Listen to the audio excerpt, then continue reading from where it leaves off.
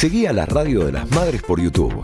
Activá las notificaciones, dale like y suscríbete a nuestro canal. Somos Radio AM530. Construimos comunidad. Buscamos la verdad siempre.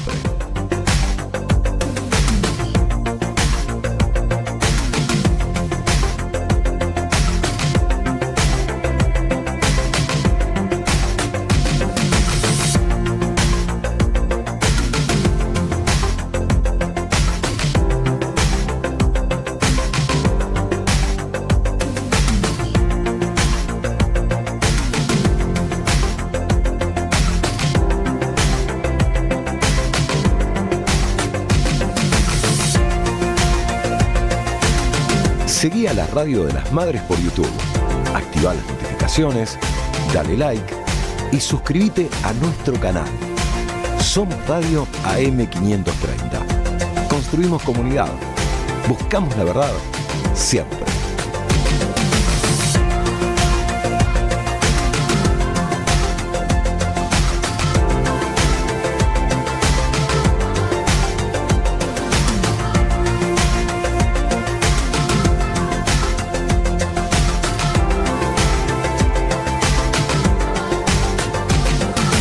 Somos Radio AM530.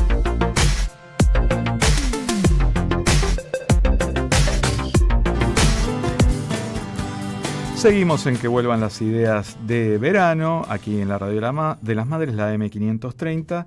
Y ya tenemos al primer columnista de la jornada, iba a decir viejo conocido, pero parece que tenés muchos años, si no sos un pibe, pero con mucha trayectoria profesional. Me refiero a Juan Francisco Martínez Peria, que es director de la carrera de Historia de la Universidad de las Madres también. Y nos recordamos del año pasado que estuvimos aquí sosteniendo Que Vuelvan las Ideas durante enero. ¿Cómo andás? ¿Cómo va, Seba? Es una gran alegría estar nuevamente acá en el programa, en esta edición de verano. Les agradezco mucho la invitación a participar como columnista. Muy bien, gracias a vos. Te viniste en moto, vemos, y menos mal, ¿no? Pues hace calor, con la moto se debe sentir un poco menos. Sí, Quiero creer, ¿no? Una de mis grandes pasiones, las motos, así que siempre motoquero, de acá para allá. ¿Y los fines de semana te vas todos los fines de semana a algún lado? No, es que yo trabajo en Mar del Plata, tengo que ir a Mar del Plata, pero no voy en moto, así que no, lamentablemente no. Pero me alcanza con los kilómetros que hago semanalmente, porque uno tiene que trabajar en todos lados, entonces empezás en un lado y terminás en otro, y recorriendo toda la ciudad. Creo que era Horacio Malvicino, el guitarrista, entre otras cosas, de Piazzolla, que decía que la música era el arte de combinar los horarios, y de los periodistas e historiadores también es lo mismo. Y la docencia universitaria acá es un camino al hambre, así que, y más hoy por hoy. Es un próspero camino al hambre. Y más hoy por hoy, así que si uno no es un docente taxi, no puede sobrevivir, ¿no? Con un solo lugar. Así que uno está recorriendo por todos lados la ciudad, y la moto ayuda muchísimo, porque en transporte público, con lo que sale hoy y con lo agotador que hay, me muero, digamos. Sí, es terrible la pauperización laboral, pero bueno, lo vamos a tocar ese tema en otro momento, porque si no es larguísimo.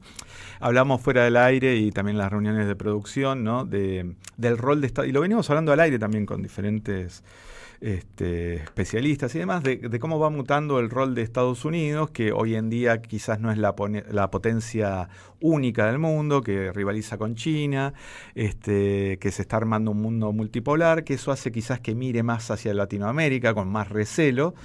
Y bueno, vemos que hay políticas claras en ese sentido, como con Venezuela, el bloqueo, la agresividad con Venezuela, la obsesión con Venezuela. También lo vemos con lo de Panamá, lo que dijo Trump, que quiere tomar Panamá, con un grado de impunidad increíble, y los ejemplos podrían ser muchísimos, pero bueno, en Que Vuelvan las Ideas nos gusta pensar, y para pensar también hay que saber de historia, y en este caso por eso te convocamos, porque esto de Estados Unidos no es nuevo, pero y nos ayuda a entenderlo mejor, hacer una mirada histórica. Sí, nosotros hoy por hoy con lo de Venezuela estamos viendo, ¿no? un nuevo injerencismo muy, muy fuerte, muy violento.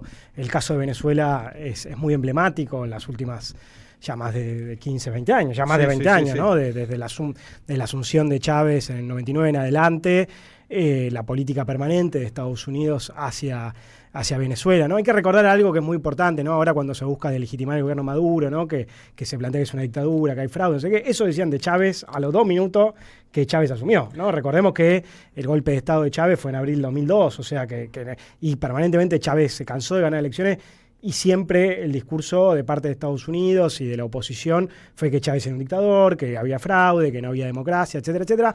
Ahora, hay algo muy importante, es por un lado, esta que vos planteabas antes, Sebastián, ¿no? De esta idea de un mundo más multipolar, obviamente que frente a lo que fue el consenso de Washington y la superpotencia de Estados Unidos en los 90, evidentemente estamos frente a un mundo más multipolar, con el ascenso decidido ya de China, ¿no? Con la revigorización de Rusia y todo un mundo más complejo, felizmente, y también todas las discusiones de si hay una decadencia o no del imperio norteamericano, ¿no? Y bueno, Atilio Borón, que un gran especialista del tema, siempre plantea, y hay otros autores y autoras que plantean que los imperios, cuanto más decadentes son, más agresivos se vuelven, ¿no? Este es un caso que podemos ver, por ejemplo, no sé, en el caso de Francia, ¿no? Con la guerra en Argelia o en Indochina. También lo podemos ver en algunos casos del Imperio Británico, ¿no?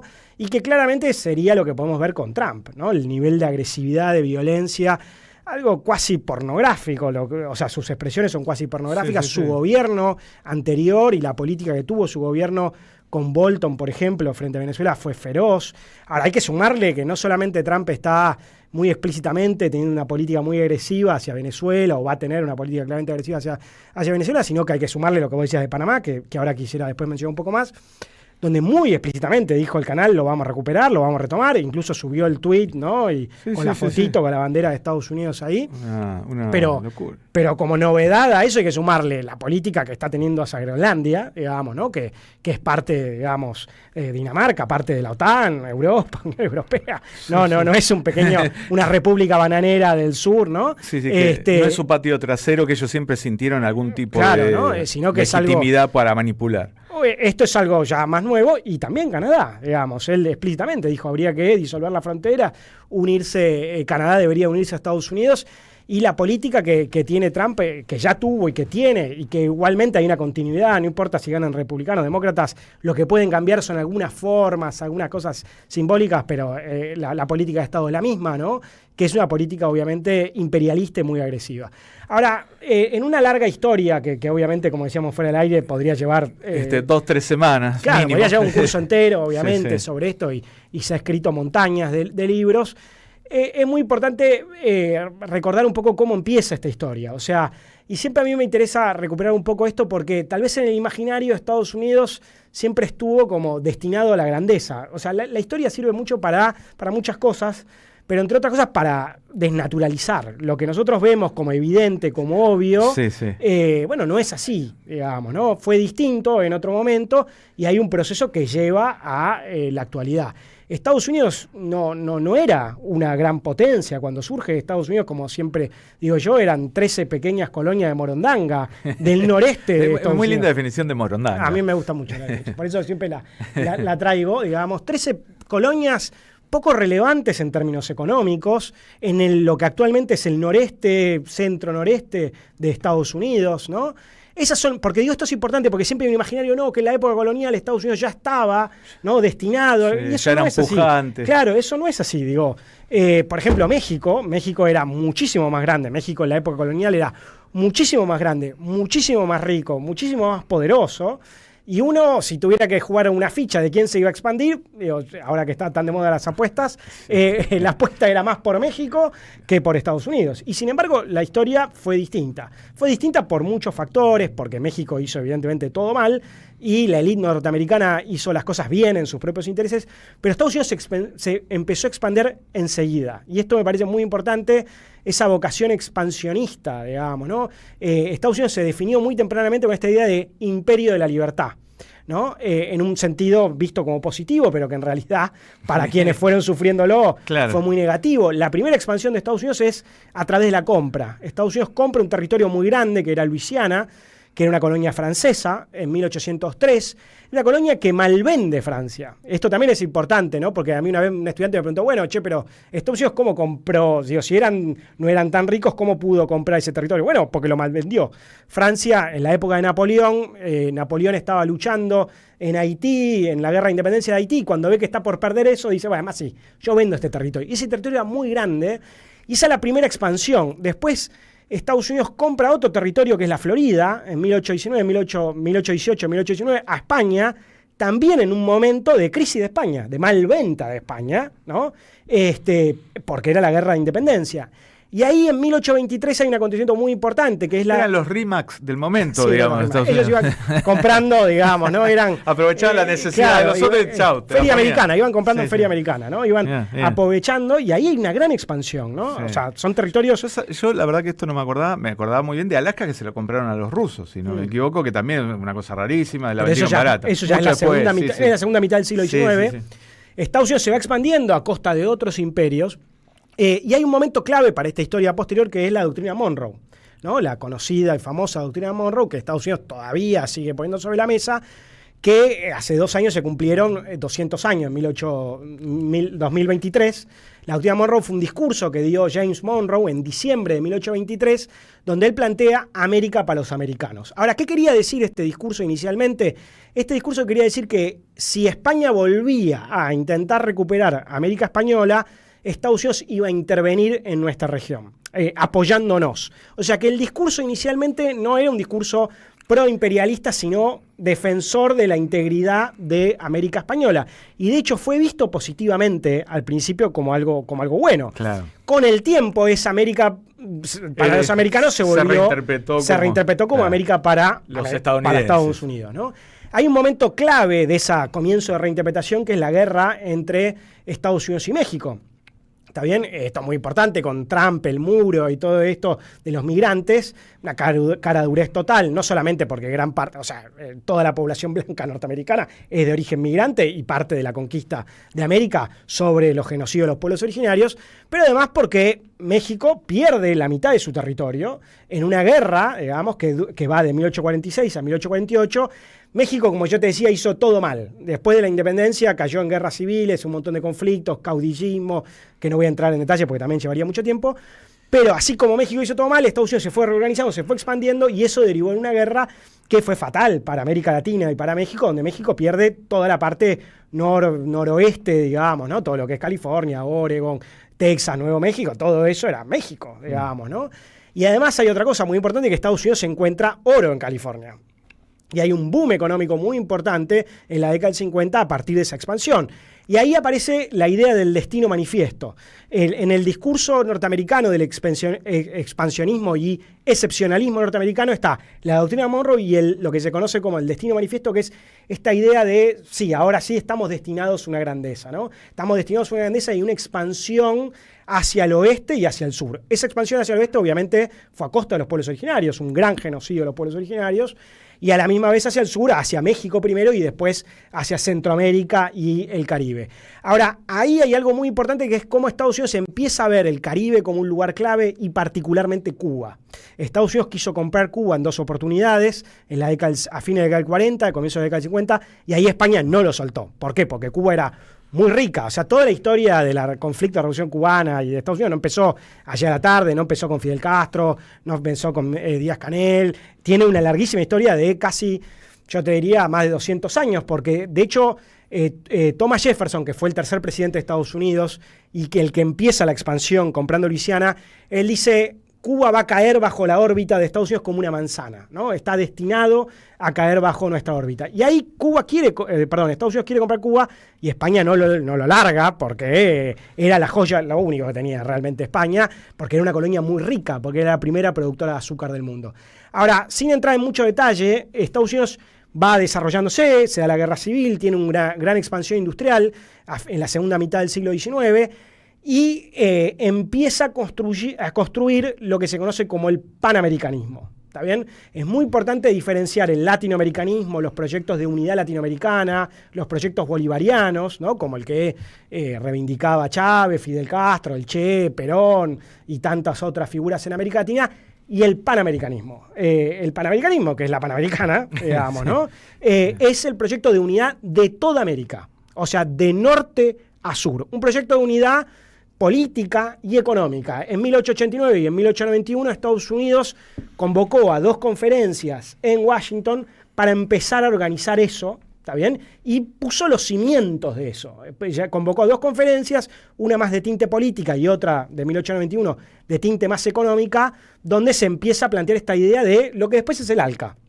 Claro, ¿Está bien? Lo que es el ALCA, son los tratados de libre comercio, donde ellos ven muy claramente la necesidad de construir mercados, la necesidad de construir alianzas. Claro, pero no son en términos de igualdad, el tema es ese. No, hay una brutal desigualdad que es lo que hace, claro. Obvio, es que ese es todo el tema, porque a nosotros cuando Milei, Macri, Bullrich nos dicen nos tenemos que integrar al mundo. Claro, ¿en qué forma? ¿En qué forma? Nosotros nunca vamos a poder integrarnos en un pie de igualdad con esta gente. Siempre es en un pie de desigualdad. Entonces este proyecto panamericano a priori no suena tan mal, digamos. Claro, decir, bueno, somos un bloque más grande, cuidemos nosotros. Agárrate. Entonces, y ahí, a fines de la década del 90, Estados Unidos, como te decía, pone la mirada en el Caribe. ¿Por qué es tan importante el Caribe? ¿Por qué es tan importante Panamá? ¿Por qué es tan importante Venezuela? ¿Por qué es tan importante Cuba? ¿Por qué es tan importante Haití? ¿Por qué es tan importante República Dominicana? Bueno, porque es la entrada a América. Es un vértice ahí clave de lo que se conoce como el Triángulo Atlántico entre, digamos, Europa, África y América. Por eso también es importante Groenlandia, en definitiva, para Estados Unidos, porque está en la puerta ahí. Por eso ahora Trump dice esto lo vamos a llamar el Golfo de América. Y a fines de la década del 90, las colonias, había 2 colonias españolas que todavía no se habían independizado, Cuba y Puerto Rico.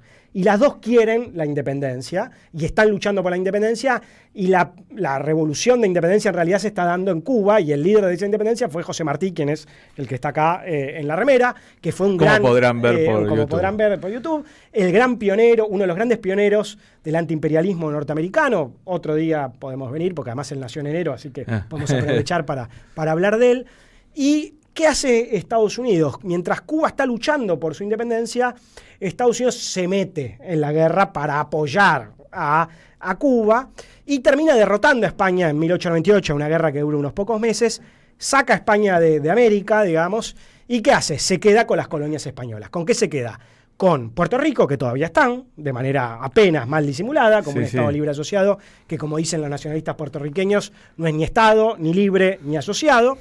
En Cuba, como era muy fuerte quedarse, porque era como muy zarpado quedarse abiertamente, se van, pero dejan una constitución neocolonial y que establece una cosa que se llama la enmienda Platt, que cuando hay cualquier conflicto Estados Unidos va a poder meterse, o sea que se quedan, y dejan la base de Guantánamo. Eso te iba a decir, que es una barbaridad. Iban a ser 4 bases, inicialmente, así que hicieron parecer. Obviamente en Puerto Rico también establecieron una base militar. Se quedaron con Filipinas, una colonia española muy importante, porque digo, muchas veces nosotros damos por sentado que Estados Unidos tiene Hawái. Hawái la adquirieron en ese momento, no era un estado, fue parte del colonialismo norteamericano de esa época. Se quedan con Filipinas, con Hawái, que no era una colonia española, lo colonizan por su parte, y se quedan con una pequeña isla que todavía están, que se llama la isla de Guam, que es una base militar, digamos, ¿no?, norteamericana. Y ahí empieza la expansión ultramarina norteamericana. Hasta ese momento Estados Unidos se había expandido sobre lo que entendían que era su territorio natural, de alguna manera, digamos que era el continente, pero en 1898, con incluso un discurso, que esto es lo más paradójico, con un discurso de libertad, con un discurso en contra del imperio español, ¿no?, y un discurso de promover la democracia, etcétera, etcétera, terminan expandiéndose, ¿no? Y ahí hay 2 figuras absolutamente claves. Una es un almirante que se llama Alfred Maham, otra figura que me olvidé de mencionar es James Blaine, que es secretario de Estado y el gran organizador del panamericanismo. Y después hay 2 figuras, una que es un almirante intelectual y estratega, que se llama Alfred Maham, que plantea la necesidad de crear un imperio americano siguiendo el modelo británico. ¿Y cuál es el modelo británico?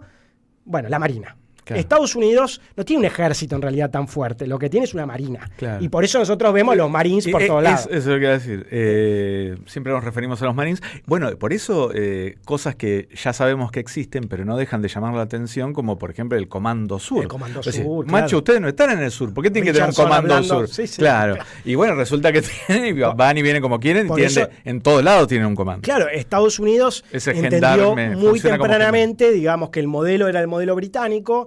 Y además, bueno, a la larga, no en ese momento, pero después de la Segunda Guerra Mundial van a crear la relación especial con Inglaterra, ¿no? Una alianza rara, una alianza muy interesante entre una ex colonia que salía con su metrópoli y se convierten en, digamos, como socios en el crimen, ¿no?, de alguna manera. Sí. Y otra figura que es absolutamente clave es Teodoro Roosevelt. Teodoro Roosevelt es una figura fascinantemente terrible, que en la época de la guerra de Cuba él era subsecretario de Marina, Y él era un funcionario, es como poner a Dorni, pero con formación, pero era un funcionario, digamos. Sí, y él, pero un poco más él va a profundidad. luchar a la guerra de Cuba. Él es un gran promotor de la guerra de Cuba y él mismo se manda a luchar en la guerra de Cuba. Y a partir de, como voluntario, él arma su propio grupo voluntario que se llama los Rough Riders, que eran como unos cowboys. Y a partir de eso el tipo se convierte en un héroe de la guerra y gana una gran popularidad, termina siendo electo vicepresidente. En Estados Unidos, viste que matan al presidente McKinley y se convierte en presidente. Y en esa época, digamos, en las dos presidencias de Theodore Roosevelt, hay una gran expansión de Estados Unidos en el Caribe, en Centroamérica. Y esa es la época de lo que se conoce como el Big Stick Diplomacy, la diplomacia del gran garrote. Theodore Roosevelt decía, hay que hablar siempre despacito y con tranquilidad. Yo no hablo muy despacio. Hay que hablar con tranquilidad, diplomáticamente, pero siempre teniendo un gran garrote en la mano. Y, bueno, que en definitiva es el mayor activo hoy de cualquier cosa me corregí, de Estados Unidos. Quizás no da la sensación que Estados Unidos se caiga ya, pero sí que su economía no crece tanto como antes, que hay cierto declive de la importancia del dólar en los mercados globales. Sin embargo, a nivel militar es la potencia mayor por lejos. Pero por lejos. Claro, por diferencia. Lejos. Entonces anda a discutir. No, y hay otra cosa. Estados Unidos no tenés superávit, anda a discutir. Hay dos cosas que no van a poder, digamos, China no puede nunca pelear, que es lo que se conoce como el soft power o el colonialismo cultural norteamericano. Nosotros tenemos absolutamente naturalizado Disney, los Avengers, Spider-Man, Superman, etcétera, etcétera, pero eso es parte de, y no me estoy poniendo conspiranoico acá, es parte de una política imperial. Por más que lo consumamos, en algunos casos más, en algunos menos, parte de una naturalidad. ¿Sabes? Cuando hablabas recién de eso, me hacías acordar, hay una película con Jack Nicholson y Tom Cruise, que no me acuerdo el nombre ahora, que son los dos de la Armada, y discuten porque habían matado a un soldado, y era en Guantánamo que lo habían matado. Y Jack Nicholson daba discurso como diciendo, yo defiendo la libertad todos los días acá ante enemigos que me quieren matar todo el tiempo. Salí de Guantánamo, macho, no es tu país. Pero bueno, y también eso naturaliza un montón de cosas, más allá de una película de ocasión, digamos. No, pero bueno. Pero hay una política sistemática para ese tipo de cosas. Obviamente, una política profundamente sistemática. Y volviendo a esto, Theodore Roosevelt es el constructor de esta expansión imperial. Es bajo su presidencia que se construye la neocolonia de Panamá. Esto es sumamente importante y tiene relación con lo que estábamos hablando antes de Trump. Panamá era una provincia de Colombia. Claro. Panamá es un lugar evidentemente sumamente estratégico. Lo sabían todas las potencias, se disputaron Panamá. Y Estados Unidos impulsa la independencia de Colombia, de Panamá de Colombia. Claro, que Panamá se transforma en un país autónomo. Claro, en 1903. Y vos fijate además que Colombia tenía un acuerdo con Estados Unidos por el cual Estados Unidos iba a proteger su soberanía, era una suerte de protectorado, y cuando se independiza Panamá, Colombia quiere ir a reprimir la independencia y Estados Unidos le dice, no, vos quédate ahí. Okay. Y al poco tiempo lo que hace Estados Unidos es un acuerdo por el cual adquiere a perpetuidad, porque inicialmente el canal era a perpetuidad de Estados Unidos, y construye el canal. Y eso se hace en la época de Theodore Roosevelt con una mirada absolutamente estratégica, y el canal se termina construyendo en 1914.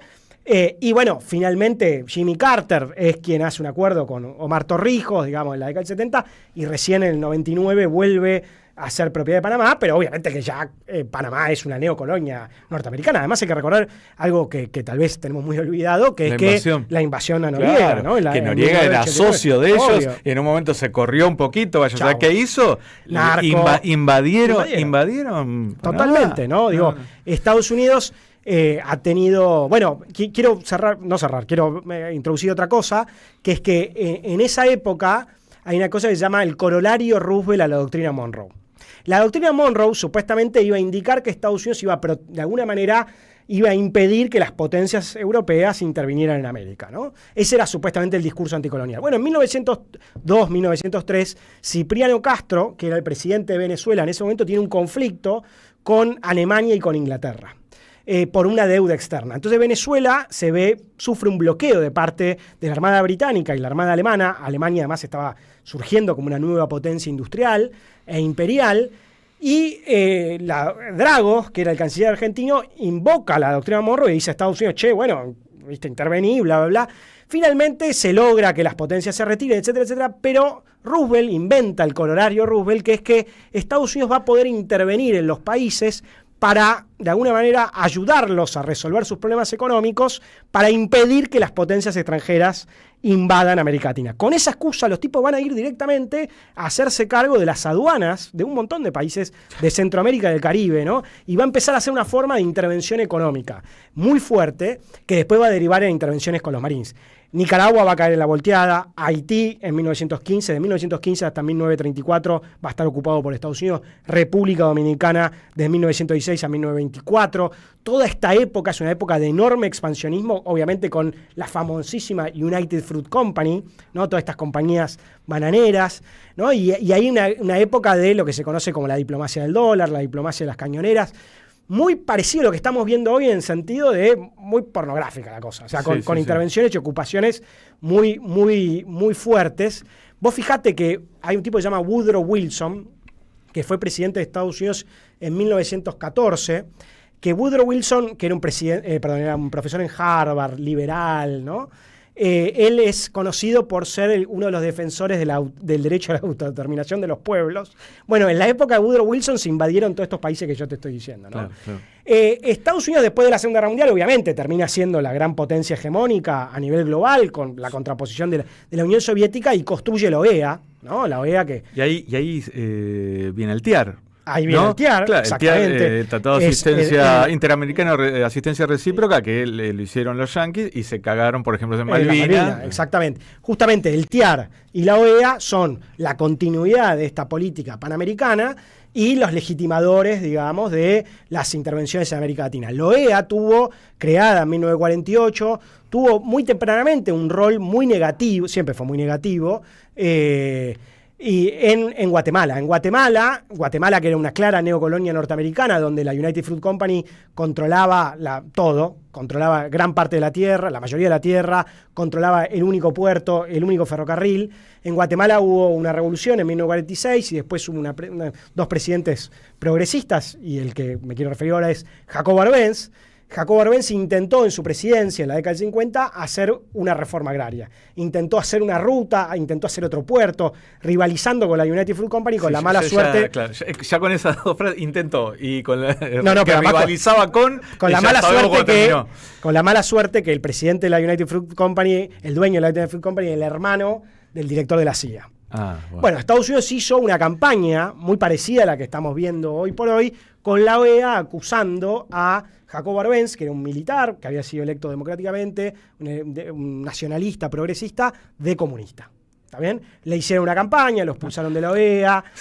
Hay que reconocerles que son coherentes a lo largo de los años. Quizás no tan creativos, ¿no? Pero, no, y creativos también. Muy creativos. Pero esto de comunistas lo siguen usando hoy. Bueno, es increíble. Lo que pasa es que vos pensás, estamos en 1950 y pico, o sea, cuando termina cayendo Arbenz con un golpe de Estado en 1954, estamos en el marco de la superguerra fría. Pero ahora le dicen comunista. Milei le dice comunista. A lo que se mueve. Si Alzogaray estuviera vivo, le diría comunista. Seguramente. Y bueno, y ahí es eso que ocurre con Guatemala, que termina haciendo una invasión a Guatemala y termina haciendo un golpe de Estado en el cual derrocan a Arbenz, y ahí estaba el Che Guevara. Y de hecho, la Revolución Cubana aprendió de esa experiencia, digamos, diciendo nosotros no nos va a pasar lo que pasó con Guatemala, ¿no? Y fueron a fondo, nunca. Y es muy parecido también con lo que vemos con Venezuela, porque en Venezuela hubo varios momentos donde Venezuela podría haber negociado, podría haber ido para atrás, sobre todo si nosotros pensamos las diferentes experiencias progresistas en América Latina, lo que se conoce como la segunda ola, ¿no? Y lo que nosotros vimos fue, frente a estos avances de estas derechas, ultraderechas y estas políticas imperialistas, en general lo que ha habido es como, bueno, un intento de diálogo, un intento de retroceso, etcétera, etcétera. Y Cuba, en ese momento, que rápidamente entró en conflicto con Estados Unidos, rápidamente sufrió la invasión de Bahía de Cochinos, en vez de ir para atrás, en vez de matizar, fue siempre para adelante. Y eso es algo muy parecido a lo que nosotros vemos con Venezuela, ¿no? Tanto con el gobierno de Chávez como con el gobierno de Maduro, ¿no? Que es algo muy, muy interesante. Estados Unidos, para no andar demasiado, son un montón de experiencias, intervino con Marines en República Dominicana, mandó más de 20.000 Marines y usó la OEA en 1965, usó la OEA como Fuerza Interamericana de Paz. Estados Unidos intervino en la pequeña isla de Granada, que había tenido una revolución en 1983, en la época de Ronald Reagan. Intervino, por supuesto, en la guerra de los Contras, muy conocido. Sí, con la complicidad revolución, y con complicidad de la dictadura argentina. En la época, obviamente, de la revolución nicaragüense. Por supuesto, el Plan Cóndor y toda la intervención y el apoyo de todas las dictaduras de la década del 60, o sea, la dictadura en Brasil, la dictadura en Bolivia, las experiencias de Uruguay, Brasil, Argentina y Chile. Obviamente, el rol absolutamente negativo, intervencionista e imperialista del gobierno de Nixon en el caso de Salvador Allende, y obviamente el rol de Kissinger, gran constructor de todo esto. Y después, bueno, más tempranamente, más cercano al tiempo, lo que ocurrió en Panamá, que ya lo mencionábamos, lo que es muy importante para tomarlo como un antecedente, porque ya pasó, puede pasar de vuelta, claramente. Y también las intervenciones en Haití, sistemáticas intervenciones permanentes en Haití durante el siglo XX. Y obviamente, bueno, el bloqueo a Estados Unidos y toda la política que hemos visto y estamos viendo frente a Venezuela en tiempos recientes, que como decís, hay una coherencia evidente en esta política del imperialismo norteamericano hacia nuestra región. Muy bien, Juan, te agradecemos. Sabés que el tiempo en la radio es como esos presidentes amigos de Estados Unidos, ¿no? Así que, pero te vamos a seguir teniendo en estas semanas, así que le decimos a los oyentes que estén atentos, pues es historia, pero muy dinámica, vas relacionando un tema con el otro y no se queda quieto. Bien, bueno, fue Juan Francisco Martínez Peria, historiador, columnista y director de la carrera de Historia de la Universidad de las Madres. Somos Radio AM530. Empresa pública y Estado empresario en la Argentina. El libro de Marcelo Ruggier y Lucas Iramain.